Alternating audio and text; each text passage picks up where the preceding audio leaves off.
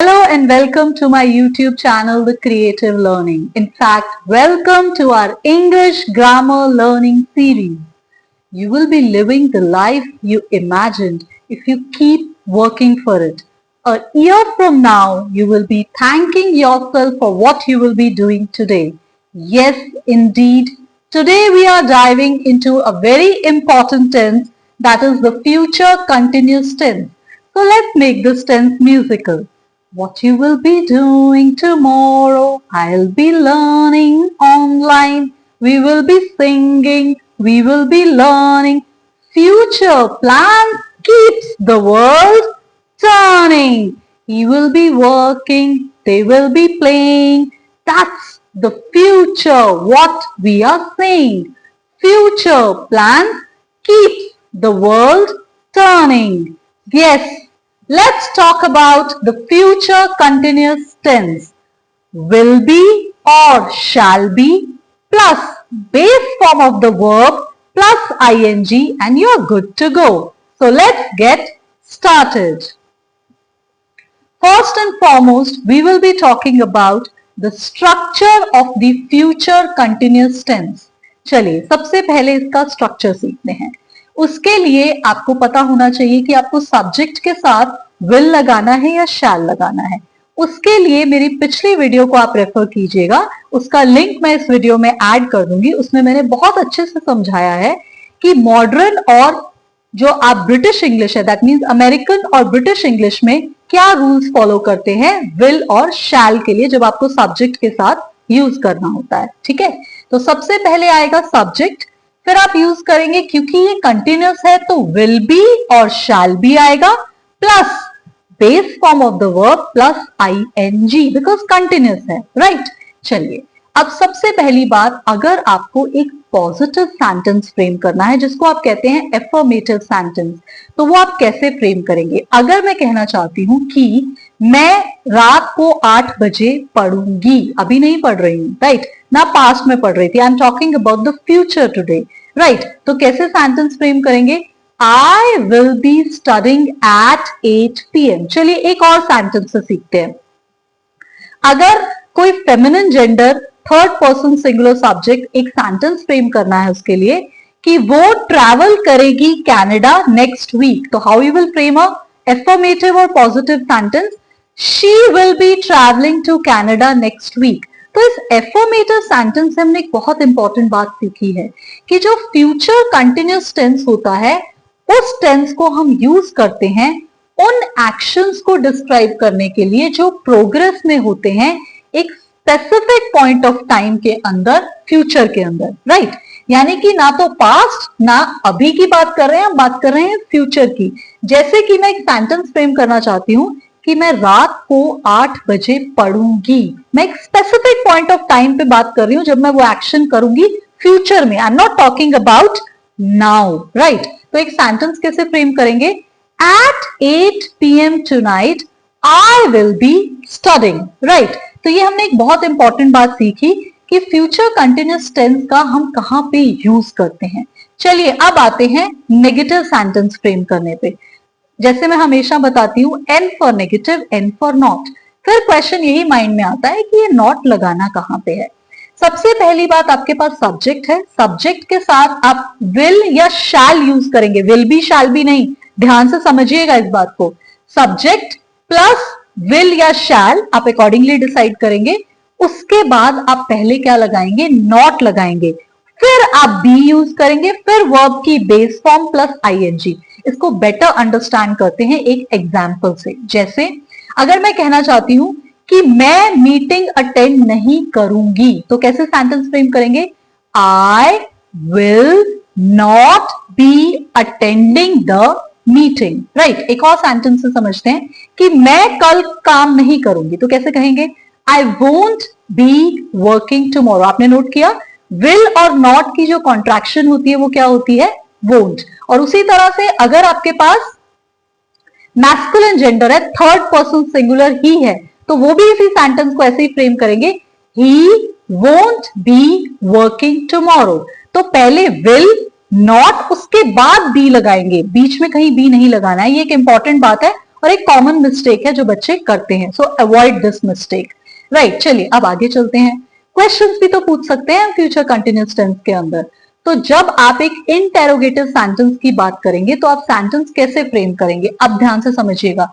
यहां पे भी पहले विल या शैल आएगा, वो भी आप डिसाइड करेंगे सब्जेक्ट के अकॉर्डिंग, लेकिन सब्जेक्ट बाद में आएगा इसके अंदर, उसके बाद बी लगाएंगे। थोड़ा सा ट्रिकी है, ध्यान से समझिएगा। फिर आपके पास क्योंकि कंटिन्यूअस है तो वर्ब की बेस फॉर्म प्लस आईएनजी तो आएगा ही आएगा, right, and it will end with a question mark. अब मैं किसी से पूछना चाहती हूं कि क्या तुम पार्टी में आओगे, तो कैसे पूछेंगे, will you be coming to the party, and it will end with a question mark.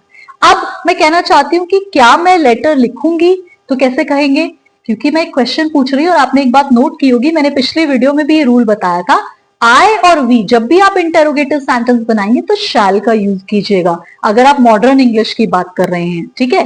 तो कैसे सेंटेंस फ्रेम करेंगे, shall I be writing a letter, and it will end with a question mark. थोड़ा सा इस चीज इसमें B का role, कहां नॉट लगाना है, थोड़ा सा ट्रिकी है, तो स्ट्रक्चर को थोड़ा सा ध्यान से समझिएगा, चाहे एफर्मेटिव है चाहे नेगेटिव और इंटेरोगेटिव, इसको बार बार देखिएगा ध्यान से।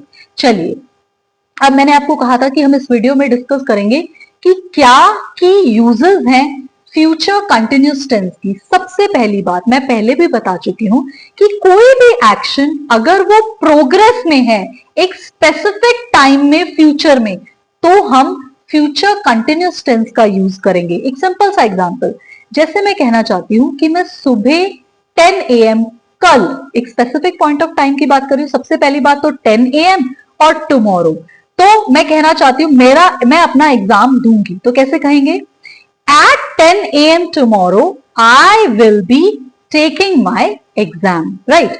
तो ये तो हमने सीखा इसका एक यूज। अब आगे सोचते हैं कि नेक्स्ट यूज इसका कहां पे होगा। सबसे पहली बात, कई बार क्या होता है, कुछ एक्शंस ऑलरेडी प्री प्लान्ड होते हैं, कुछ इवेंट्स ऑलरेडी प्लान्ड होते हैं, तो उनके लिए भी हम फ्यूचर कंटिन्यूअस टेंस का यूज करते हैं। जैसे कि अब मैंने पहले से ही प्लान कर लिया कि मेरी जो मीटिंग है मेरे क्लाइंट से वो नेक्स्ट फ्राइडे है, तो एक प्लान्ड इवेंट है ना ऑलरेडी, तो उसके लिए भी आप फ्यूचर कंटिन्यूअस टेंस का यूज करेंगे। How you will frame a sentence, हमारी मीटिंग है उसमें मैं भी हूं और मेरे बाकी सब क्लाइंट्स भी हैं, तो how I will frame a sentence, we will be meeting with the clients next Friday, ठीक है। तो चलिए आगे चलते हैं, आई होप इट्स क्लियर।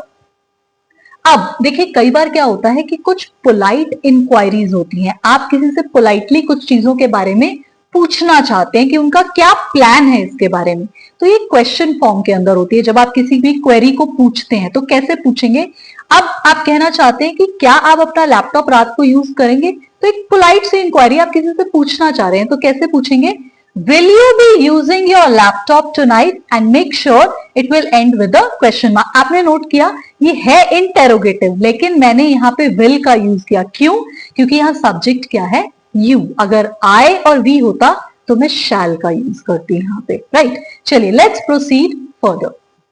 अब आप सब जानते हैं कि everyone loves to listen to stories.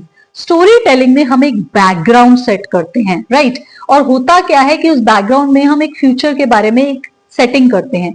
तो जब हम सेट करते हैं कोई भी सीन या बैकग्राउंड फ्यूचर के अंदर, तो भी हम फ्यूचर कंटिन्यूअस टेंस का यूज करते हैं। किस तरह से, देखिए जैसे मैंने कहा, at sunset the villagers will be gathering around the bonfire, तो हमने एक फ्यूचर की बात की कि सनसेट के टाइम ऐसा होगा, तो उसके लिए भी हम फ्यूचर कंटिन्यूअस टेंस का यूज करते हैं। चलिए let's proceed further and talk about the last use of the future continuous tense for today.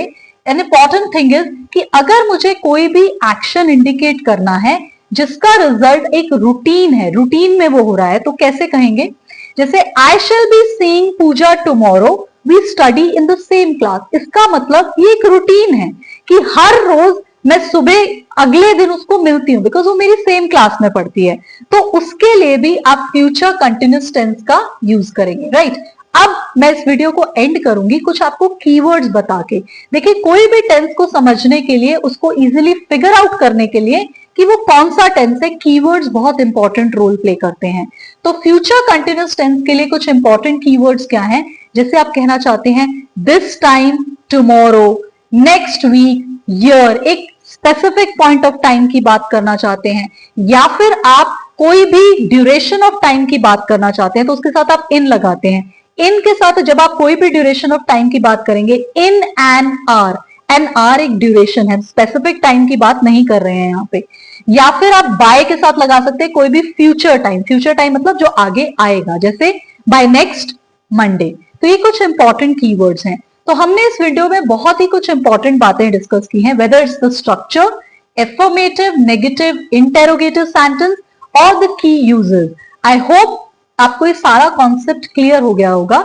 Don't forget to subscribe to my YouTube channel. Happy learning, bye.